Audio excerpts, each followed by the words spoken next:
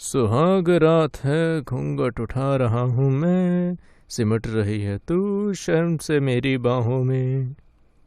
नितिन आराम से अपने ऑफिस के कैबिन में बैठकर गाना गा रहा होता है। उसे गुनगुनाते देखकर उसका दोस्त विकास हंसते हुए कहता है, अच्छा फिर आगे क्या हुआ हमारे किशोर कुमार? अरे यार, अच्छा खासे मूड का तूने बैंड बजा दिया। पता है, अभी मैं ख्यालों में तेरी भाभी का घूंघट उठाने ही वाला था, तभी तेरी आवाज कानों में पड़ गई और फिर घूंघट के नीचे तेरा चेहरा आ गया। तूने सारा मूड खराब कर दिया यार, हट।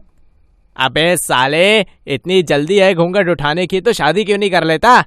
अरे अब मेरे लिए कोई हॉट रोमांटिक लड़की ढूंढना इतना आसान भी तो नहीं है ना, इसमें वक्त तो लगता ही है। वैसे माँ इस काम में लगी हुई है।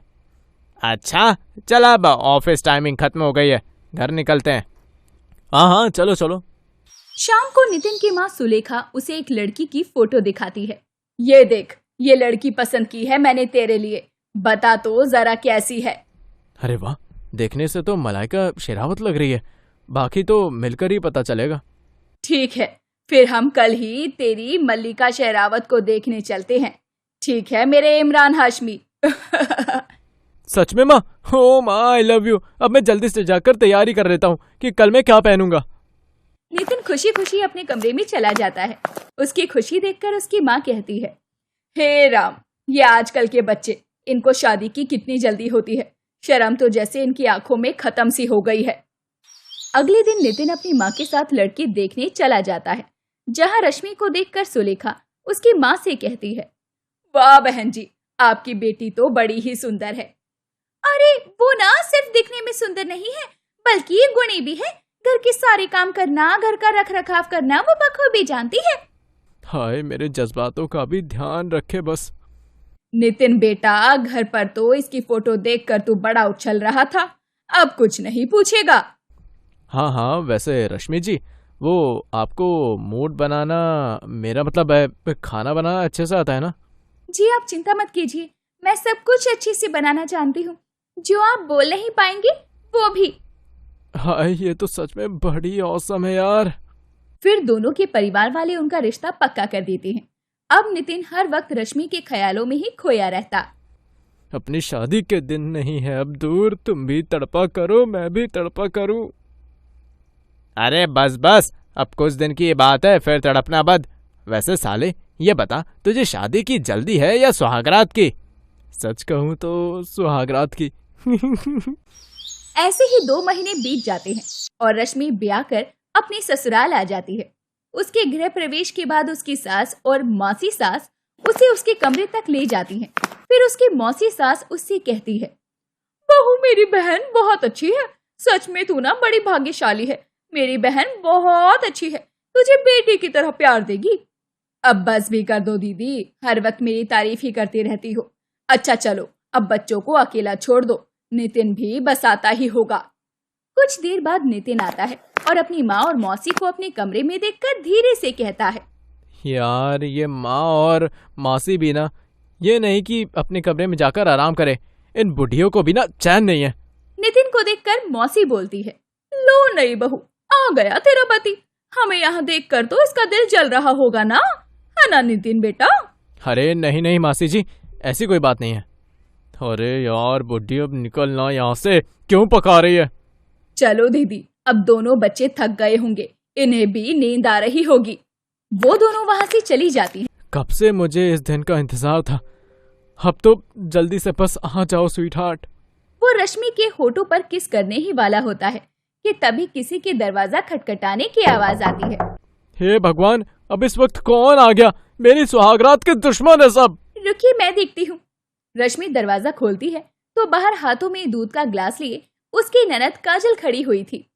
भाभी, वो ये दूध का ग्लास माँ ने भिजवाया है आपके और भैया के लिए, वो भी ड्राई फ्रूट्स डालकर। माँ कहती है ये काफी ताकतवर होता है। जी थैंक यू दीदी। और भाभी, आपको किसी भी चीज की जरूरत तो होगी तो आप मुझे बता देना, मैं यहीं साथ वाले कमरे में ही हूँ। अरे मेरी माँ, उसे किसी चीज की जरूरत होगी तो वो मुझे कहेगी ना, पति हूँ मैं उसका और इस कमरे में हूँ उसके साथ। अब जा यहाँ से। हाँ हाँ जाती हूँ। काजल दूध देखकर वहाँ से चली जाती है। 1 मिनट नितिन जी, आप प्लीज मेरी एक हेल्प कर दीजिए। ये जो मेरा जोड़ा है ना, इसकी पिन बहुत टाइट है, क्या आप इन्हें निकाल सकते हैं? हाँ हाँ, क्यों नहीं, पति हूँ मैं आपका, मैं आपकी हेल्प तो ज़रूर करूँगा। लाइए। फिर नितिन उसके बालों से पिन निकालने लगता है, लेकिन बाल थोड़ी जोर से खिंच जाते हैं, जिससे उसे दर्द होने लगता है और वो चिल्लाते हुए कहती है, जरा आराम से कीजिए ना नितिन जी, आपको पता है ना मुझे कितना दर्द हो रहा है। अरे बस कुछ देर का दर्द है, फिर देखना कितना रिलैक्स मिलेगा आपको। हाँ, लेकिन फिर भी थोड़ा आराम से कीजिए ना।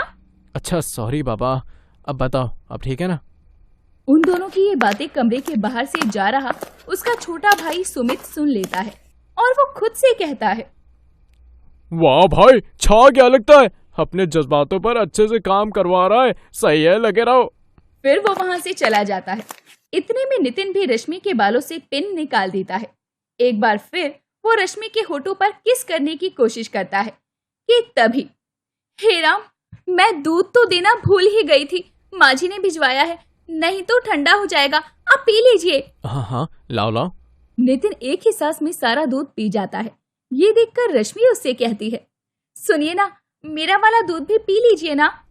अरे उसके लिए तो मैं कितने दिनों से तैयार हूँ, चलो जल्दी से ये उतारो। अरे रुको, मेरा मतलब है ये मेरे ग्लास वाला दूध। वो क्या है ना, मुझे दूध से एलर्जी है, रात में इसे पीने के बाद मुझे छींकें स्टार्ट हो जाती है, जो कि सुबह तक नहीं रुकती, और वैसे भी इसे पीकर आप में ताकत ज्यादा आ जाएगी, और फिर अरे हाँ, ये तो मैंने सोचा ही नहीं। अच्छा एक काम करो, फिर तुम अपने हाथों से ही पिला दो मुझे ये दूध। इसके बाद सुहागरात पर नई बहू अपने पति को दूध पिलाती है। दूध पीने के बाद नितिन रश्मि के पास जाता है, लेकिन फिर से कोई दरवाजा खटखटाता है।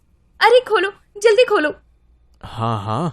तो रश्मि कहती है, अरे बुद्धू, दरवाजा खोलो, ये कह रही हूँ। ओह, खोलना मैं कुछ और चाहता था और खोलना कुछ और पड़ा। दरवाजा खोलते ही सामने सुलेखा खड़ी होती है।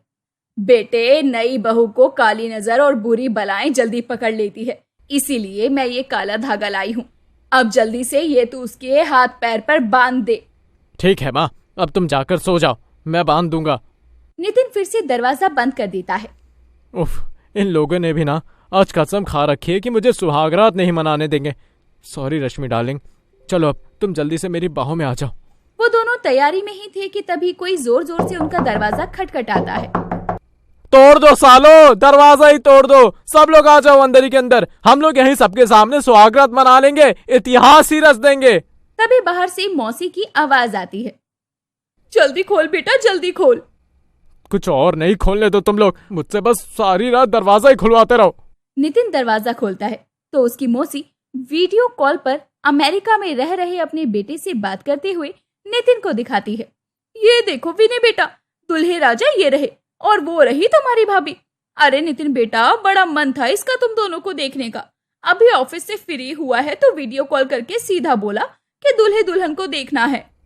देखिए मौसी जी, मैं अभी इस हालत में नहीं हूँ, मैं विनय से कल मॉर्निंग में बात कर लूंगा। ओके बाय, अब आप सो जाइए, मुझे बहुत नींद आ रही है, गुड नाइट। फाइनली एक बार फिर दरवाजा बंद करके नितिन कमरे में आता है, लेकिन वो देखता है कि रश्मि बिस्तर पर नहीं है। अब ये कहाँ चली गई, कहीं सुहागरात नहीं हो पाने के गम में खिड़की से तो नहीं कूद गई? रश्मि, रश्मि, रश्मि डार्लिंग। तभी रश्मि बाथरूम से मुंह लटकाकर बाहर आती है और नितिन झट से उसके पास जाता है। चलो डार्लिंग, अब पक्का प्रॉमिस, हमें कोई डिस्टर्ब नहीं करेगा। चलो अब हम अपनी सुहागरात की गाड़ी आगे बढ़ाते हैं। अब कोई फायदा नहीं नितिन, अब इस गाड़ी में 5 दिन का ब्रेक लग चुका है। क्या मतलब? मतलब ये कि मुझे पीरियड्स हो गए हैं, अब अगले 5 दिन तक नो सुहागरात। ये बात सुनते ही नितिन के होश उड़ जाते हैं। बेचारा नितिन, जो इतने सालों से सुहागरात के सपने सजा रहा था, आज उसकी सुहागरात में ही उसकी बैंड बज जाती है।